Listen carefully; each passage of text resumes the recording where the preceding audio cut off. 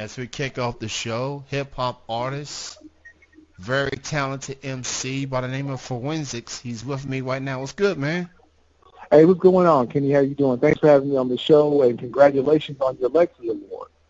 Appreciate it, man. It's just been so overwhelming these last 6 days, and I can imagine. I'm just letting it sink in. And again, thanks, man. I truly appreciate it.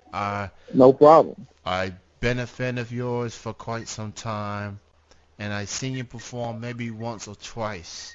Right, And, right. and I think the last time I seen you perform, I think it was at the foundation.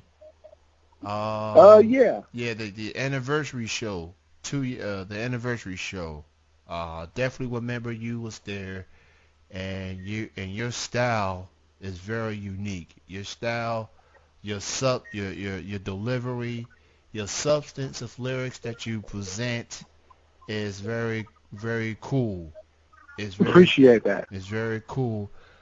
So, what got you started into being a hip hop artist? How did it all start off for you? Um, it's a pretty long story. I'll try to keep it as concise as possible.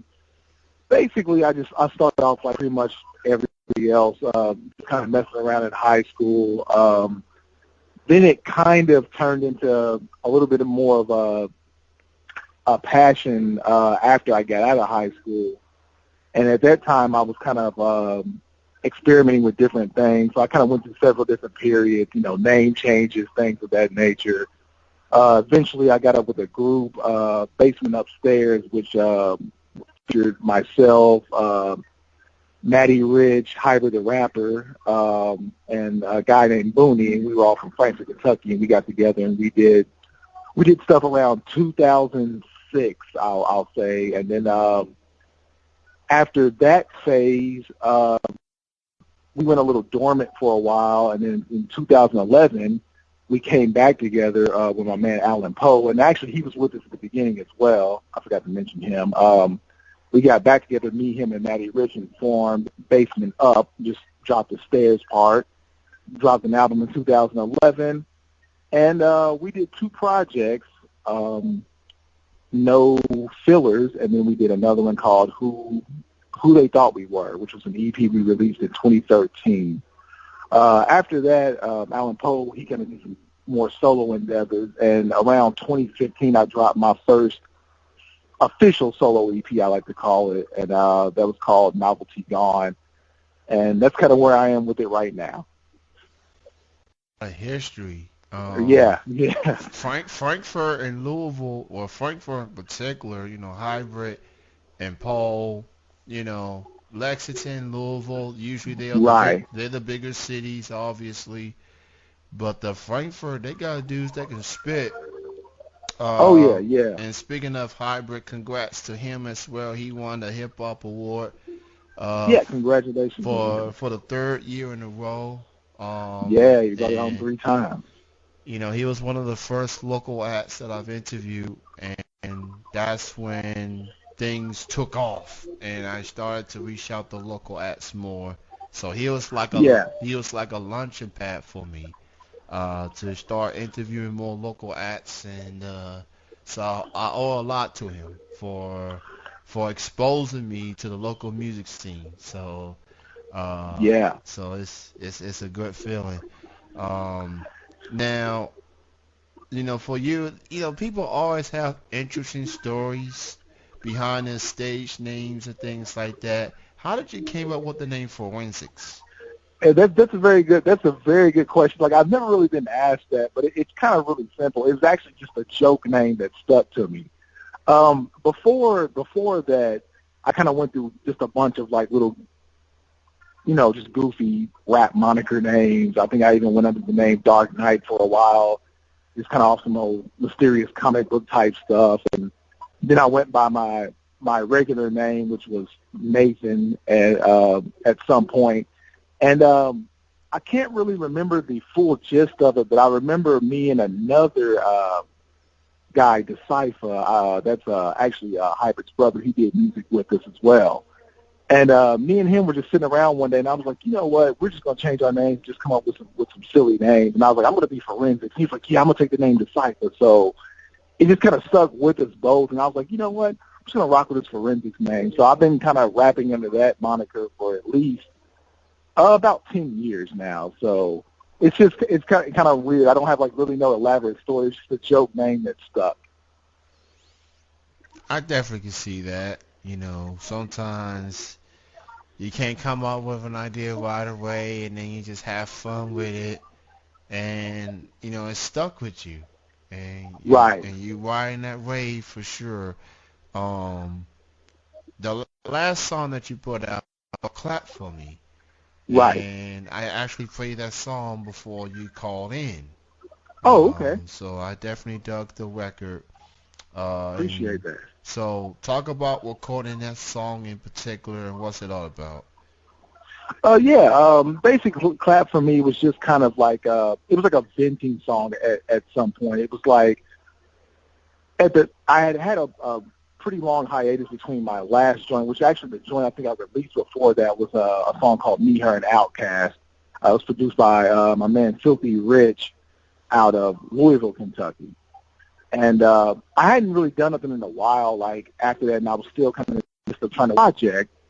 And when I got hold of that beat, it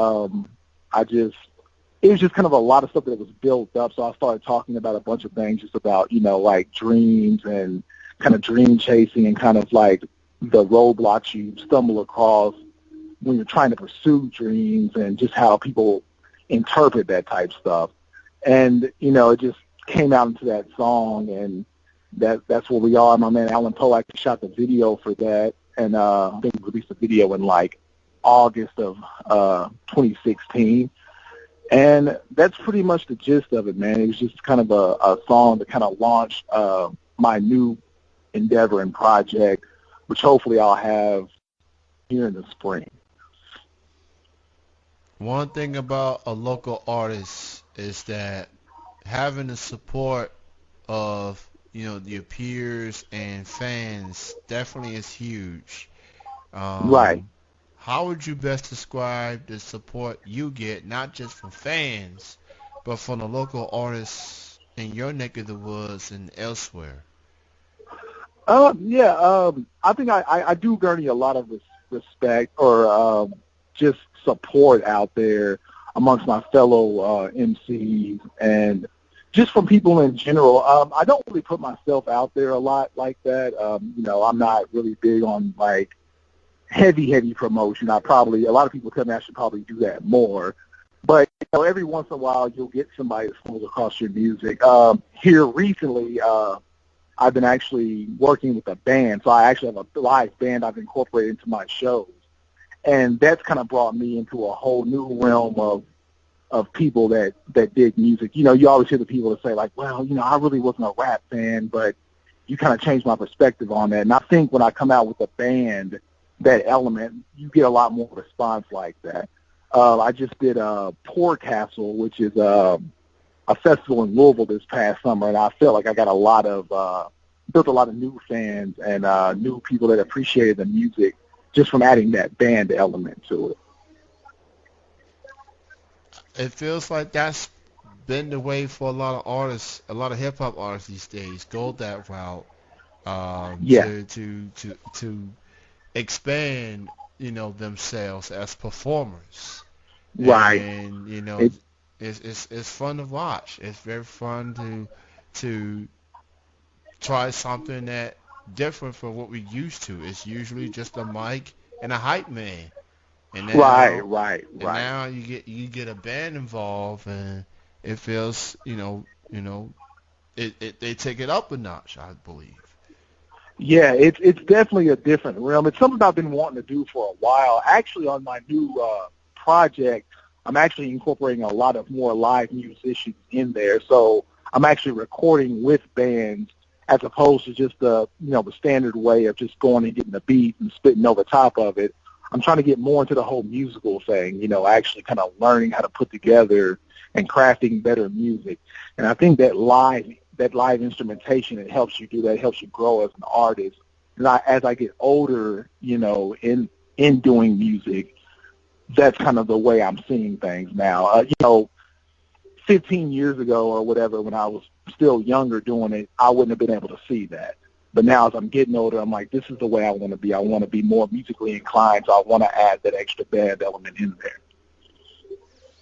So, do you have a timetable as to when some of this new music will be released? I'm hoping to have the project itself. I don't really have. I have a couple of titles I'm throwing around right now. I don't know which one's going to stick. Probably I want to say mid-spring, so somewhere around April. Actually, they would be pushing up on the 2-year anniversary of my last project in May. So maybe I may shoot for that and try to tie that into it. So hopefully I'll have a full project out by then, and in between the time I'll probably have a couple of little loose things dropping here and there.